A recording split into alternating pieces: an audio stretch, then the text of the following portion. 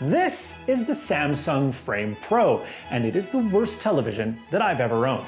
Anybody who purchases one and fails to return it has Stockholm Syndrome. Oh, this is a Monet. It's part of my collection. Now I know what you're thinking. Okay, this is different. This actually matches my decor. Yeah. Well, and that's kind of the point, right? The Frame series has always been about aesthetics over performance. And the pitch is pretty simple. Transform that monolithic black rectangle inside your living space to something that looks like it belongs there. Because let's be honest, when a regular TV is off, it's just there, slightly sitting off the wall with ugly black plastic bezels announcing to everybody that this room is all about TV.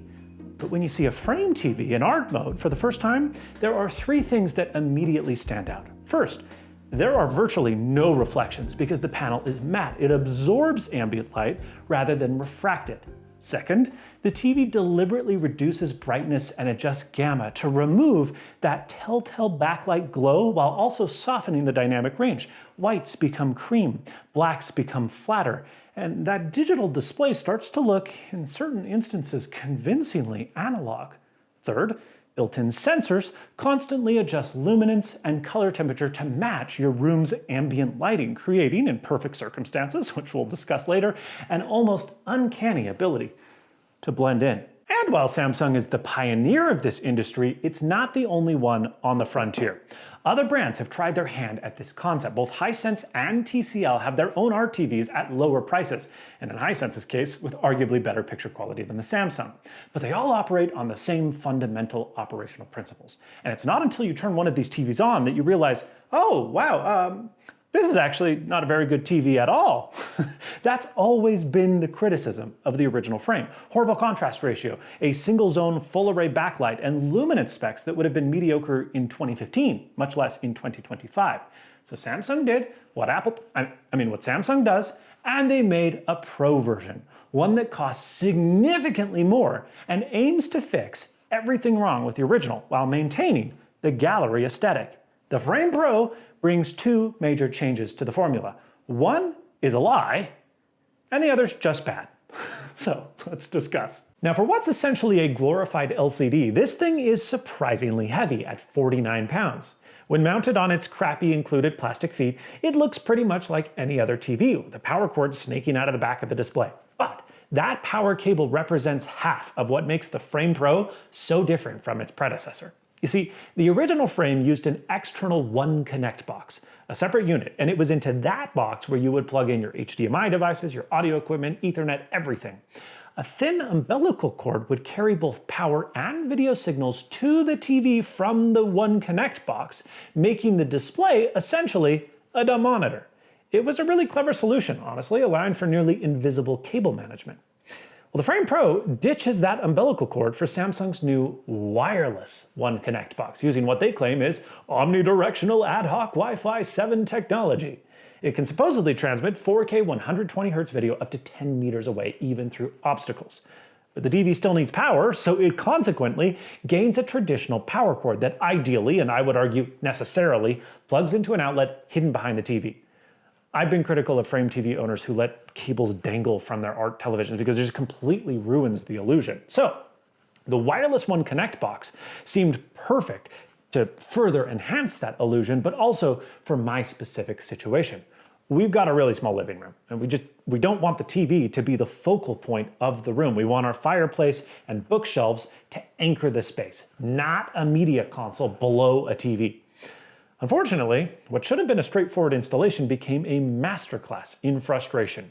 The first problem: the cable management channels on the TV's back are laughably inadequate. Unlike my previous LG Gallery series, which could route power and HDMI cables from basically anywhere along the television's left side, the Frame Pro forces your power cable through tiny little channels that exit at very specific points. If you don't already have an electrical box in exactly the right spot, well, get ready for some drywall work. And the included wall mount? This mounts, it might be the stupidest system I have ever encountered. See, in North America, studs are typically spaced 16 inches on center, and most TV mounts give you several inches of lateral adjustment so that you can work with whatever your wall provides. Not with the Frame Pro. Where you want your TV determines down to the inch where each half of the wall mount must attach to your wall. But here's the kicker. Each mount half is narrower than 16 inches, which means there is a genuine possibility that you won't hit a single stud across your entire installation, leaving your 50-pound TV supported entirely by drywall anchors, which, while theoretically safe, is absolutely insane. Of my 4 sets of lag bolts, exactly 1 pair, the leftmost on the left mount, actually hit a stud. And in my 130-year-old house with brittle plaster walls made of horsehair, it's not a joke, I didn't find this to be very ideal. Luckily, since I was already installing an electrical box behind the TV, I just made it one of the larger media-sized ones so that I could reach my hand up there and install some lateral blocking for proper support. But the idea that buyers might need to do major drywall repair just to safely mount their premium TV is nutty. Only psychopaths would tolerate this. Once mounted, I will admit, it did look great, though I did catch some flack on Twitter about installation height. Too high for a TV, too low for art, they said. Respectfully, well, they're wrong about the art part. Most people hang art way too high. The general rule for galleries puts the center of artwork at about 57 to 60 inches from the floor. Given my small room, I dropped it to 55 inches to reduce the upward neck strain that I would have because I ain't sitting that far away from the TV. And as it stands, rather hangs, I think it's perfect for art viewing, slightly high for TV watching, but nowhere near TV too high territory. Remember how that wireless One Connect box houses all of the HDMI inputs? Well, that's not quite true, as the TV does include one direct input on its behind, a micro HDMI 2.1 port, which is a terrible connector, but does handle 4K 120Hz. Now, why does Samsung include that single port? Gaming. Because, as we'll soon discuss, the wireless system does add enough latency that you will notice in certain titles. But I mean, you can plug anything you want into it. It's not the law that it'd be gaming related, but here is what is monumentally stupid. Said HDMI port at the back of the TV does not support ARC for soundbars. If you choose to use an HDMI soundbar, it must connect to the wireless One Connect box, which means, well, you're likely going to need a media console below the TV anyway, completely defeating the whole wireless selling point. And by the way, no, there is no option for wired fallback either. Even if you want a traditional setup with everything hardwired, the connection between the box and the TV must remain wireless. It's wireless or nothing. When I complained about its ARC exclusion, get it? It's ARC exclusion, back of the TV. Well, Samsung defenders suggested that the Frame TVs are designed for full surround sound. Really? For what most people buy as a secondary occasional use TV?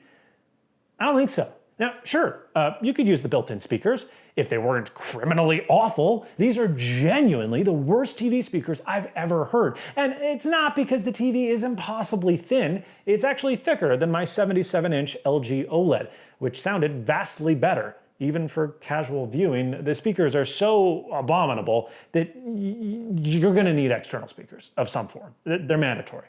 But don't worry, because Samsung's happy to sell you a solution. For $750, I bought their S801D soundbar, marketed as the Frame's perfect companion. And well, aesthetically, it succeeds. It's long enough for convincing stereo separation, but it only protrudes 1.5 inches from the wall. It frankly almost disappears, especially when contrasted with similarly colored paint. The pitch for a Samsung soundbar is Wi-Fi connectivity via Samsung SmartThings, enabling Atmos support and other full-resolution streaming content via your local network instead of HDMI.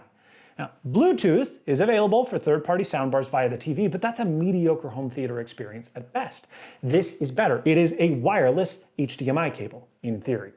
And when working, well, it sounds surprisingly great for its size. Dialogue clarity in particularly impressed me. It was better than similarly sized full-size soundbars, which have the tendency to make vocals a bit muddy.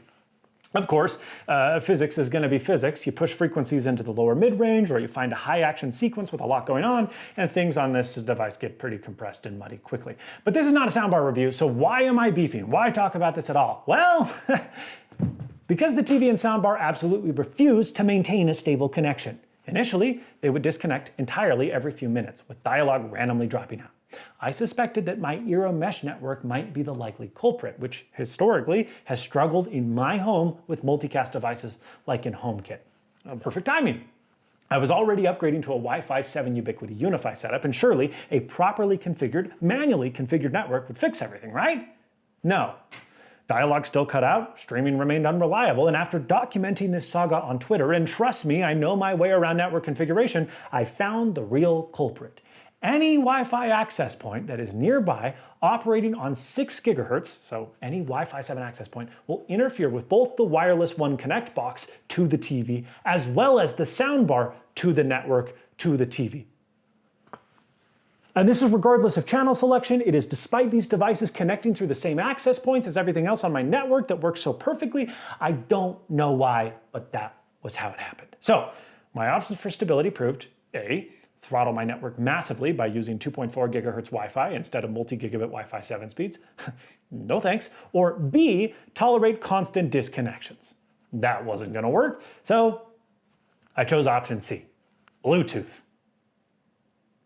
Why did I buy this thing? I bought it because Wi-Fi, and the Wi-Fi doesn't. The audio quality took a pretty major hit, even on this crappy little soundbar. And there's a slight lip sync delay, even beyond what the TV's delay sync calibration could accommodate, but at least now it works reliably.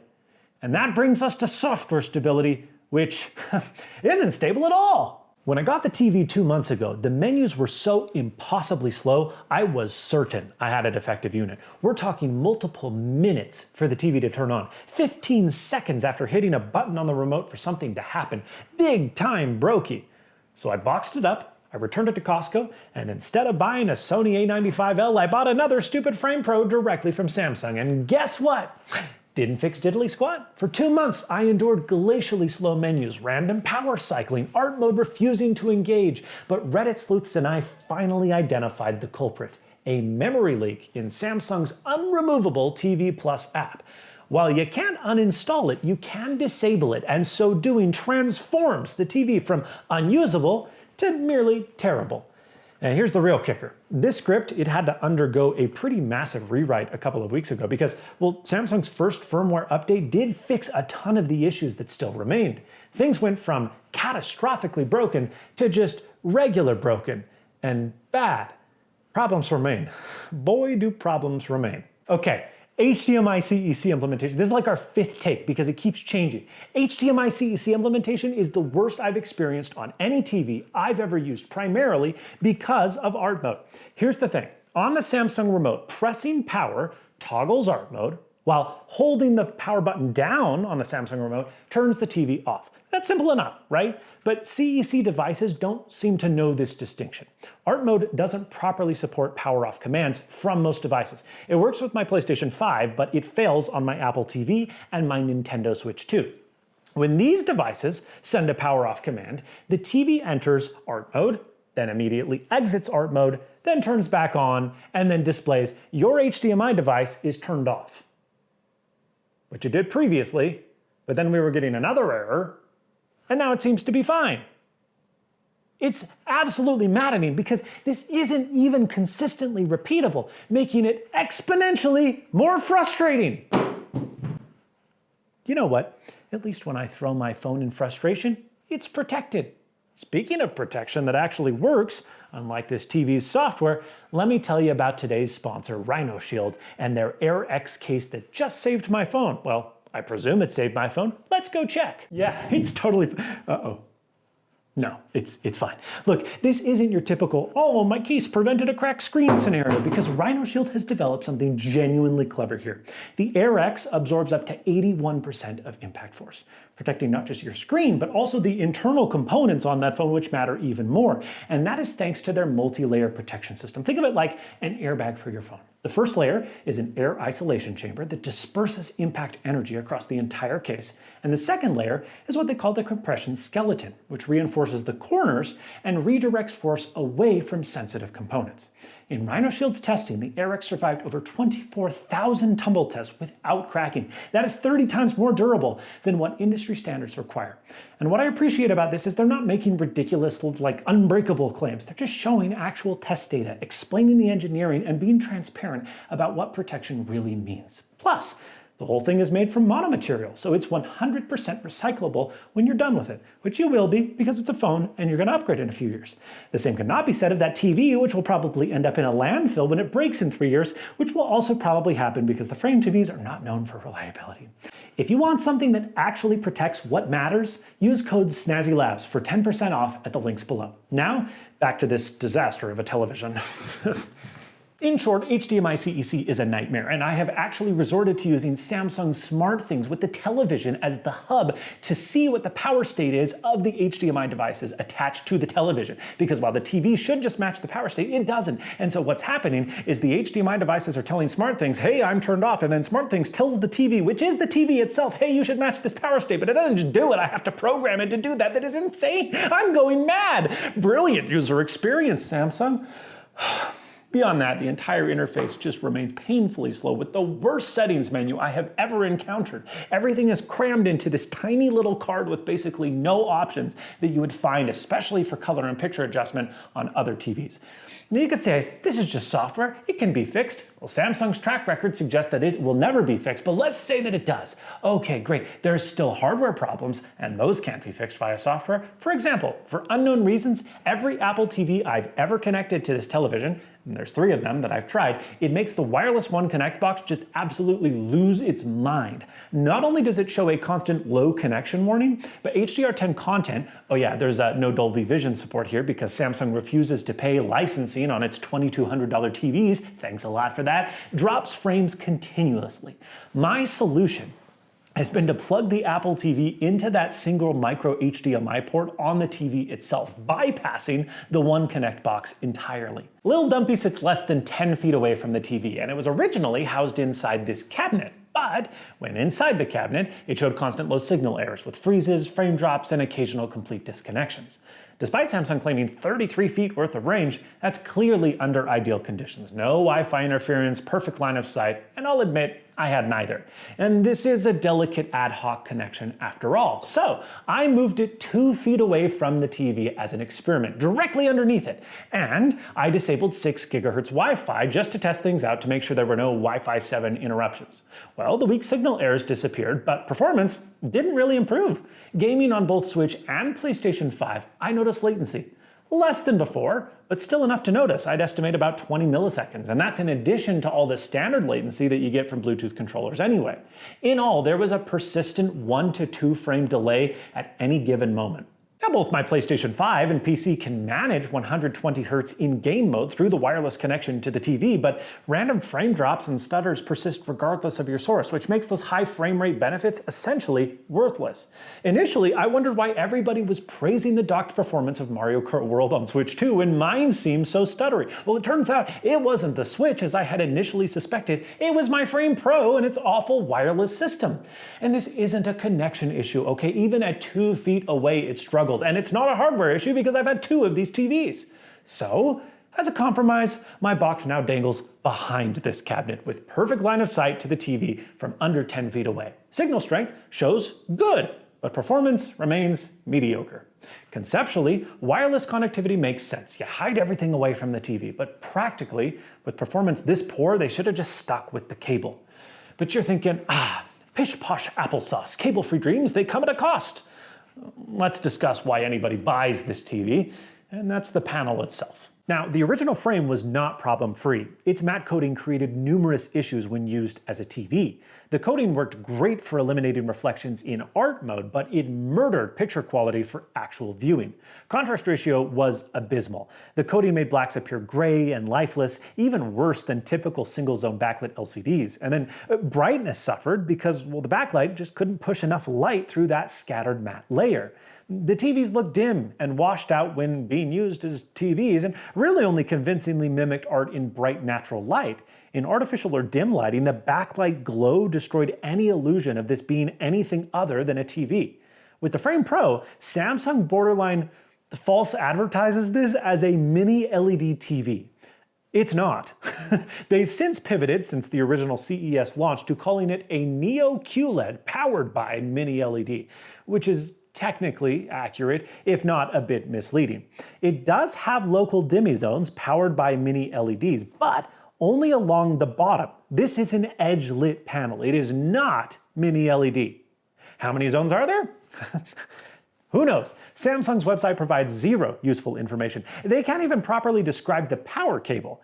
It's an IEC C7, by the way. You're welcome. So forget about finding any backlight specifications on the webpage, but based on performance, I don't think there can be that many. Night scenes are smeary messes. Any UI elements, so menus, game HUDs, anything with contrast, creates awful vertical banding as the edge lighting struggles to adapt. The mini LEDs do enable higher brightness than previous frames as the TV runs hotter and more power hungry, working overtime to push light through that matte filter, which does finally mean that you can watch this in a bright room without squinting. But unfortunately, Samsung's default picture settings are absolutely unhinged. Saturation is cranked beyond reason, HDR settings are such that it would make a calibrator cry, and every enhancement is enabled by default. Worse yet, unlike LG and Sony, which provide granular control over picture settings, Samsung only offers crude adjustments. No matter how much I tweaked the default profiles, I couldn't get acceptable results from any of them. So I've surrendered to using filmmaker mode for everything, which can look genuinely good in the right environment, but it massively reduces luminance and brightness. Watching dark scenes during the daytime with natural light? Yeah, forget about visibility. It's like TVs from 10 years ago, completely unwatchable. And that's really disappointing. All right. Let's actually address why people are buying this thing, and that is art mode. We're finally to the apex of the video. Yes, despite you paying over $2,000 for this dumpster fire, Samsung still charges you $50 a year to access their art store, but you can sideload content via USB for free, including your own photos or art you'd find online. And by the way, that's the way to go, because fun fact, high-resolution scans of most of the pieces in Samsung store are freely available, given that they are from long-dead artists whose copyrights have expired. Public domain, baby, it's a hell of a thing. Art mode excels with paintings, featuring muted colors and flat neutral scenes. Anything too luminous screams television, but anything with deep shadows loses all texture and also doesn't look like a painting. This has essentially become my Monet TV, because his impressionist style, with broad brushstrokes and muted color palettes, is perfect for the display's limitations. The brushstrokes are distinct enough to show texture, but not so fine that they reveal the pixel structure, and the soft color transitions kind of mask the panel's poor contrast ratio. Samsung's catalog of corporate art, especially the Disney stuff, just looks like a dim TV showing something that you should never put in your house. I mean, have ye no shame? But nail the right painting in the right light and art mode becomes genuinely convincing. Multiple guests didn't even realize it was a television until they got within 3 to 5 feet. It kind of reminds me of the Void VR experience that I had a couple of years ago. VR alone doesn't transport you to another dimension. The displays just aren't good enough. But add physical props, environmental effects, and enough sensory input, and your brain starts to believe, and that's the same principle here. Samsung's modern, minimal frames, they fool nobody. It just looks like a TV with a little fancy metal frame, but add an ornate frame like mine, hide every cable and component, including the media console, minimize or eliminate a soundbar, and the illusion strengthens. Still, it's edge-lit. At night, with dimmed lights, the Frame Pro will glow on your wall even at minimum brightness. It's not convincing. So I've just automated the TV to shut off at dusk. There's no point in wasting power or my panel on an unconvincing illusion. And that's a bummer. I had hoped that the mini LED array would selectively disable zones for a more believable nighttime appearance, and not giving you that telltale edge-lit glow. And maybe it does. Samsung won't say, and I'm not tearing apart my $2,200 piece of crap TV to find out. But even if it did do that, you wouldn't be getting the single nit minimum brightness that you'd find on, say, an iPhone's OLED panel, which is frankly what I think you would need to convincingly mimic a painting in low light. If you are the extremely specific type of person who needs a primary TV but refuses to let it look like a TV, congratulations, you're me. And this is unfortunately your best option, you loser. But for literally anyone else, run away. Forsake the desire for an artsy-fartsy party trick and spend that same amount of money on an OLED, you know, an actually good TV. Now, if you're looking at this as a secondary TV, Hisense and TCL make much cheaper art TVs than this that achieve similar effects without the FramePro's advanced panel of questionable utility anyways, but while outperforming the now very dated standard Samsung frame line. Now, no, they do not have the umbilical cord, but you can just hide an Apple TV behind those fine, since their HDMI ports are actually on the TV. Plus, if you're already running power behind the TV, it's not much more work to just fish some HDMI cables through the wall in between studs from your entertainment console. Do you want changing artwork from a professional artist? Well, you're probably just looking for something to match your mood or the season, but here's the thing. You don't know what you're doing. You don't know art, because once you find the right piece, you're not going to want to change it anyway. Visit a local gallery, you uncultured swine. Find a piece that you'll love forever. A real painting will always, 100% of the time, surpass any of these digital approximations. And you can almost certainly find a talented local artist selling original work, like a real painting, for less than this disaster of a television. The Samsung Frame Pro is not a TV, it is a $2,200 compromise, one that makes sense for approximately 12 people on Earth. And I'm apparently one of them. Are you? Let me know in the comments down below. But if you're not, you've been warned. Stay away from this thing. Thank you so much for watching. And as always, stay snazzy. I'm gonna go to the bathroom and make myself a Frame Pro on the toilet.